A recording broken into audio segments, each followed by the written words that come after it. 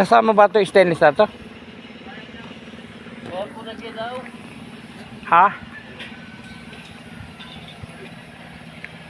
Yan, stainless yun sa harap. Lahat na yun, saan yung nakalagay? Dito, bakit? Sa bakod, ang ganda, no? Napapagawa ka kay Sunny, hindi kanya kapulido. Demonyo, talagang makita mo talaga yung pinagawa sa kanya. Yan, pulido yan, boss. Oo. Ang maganda pagkagawa rito.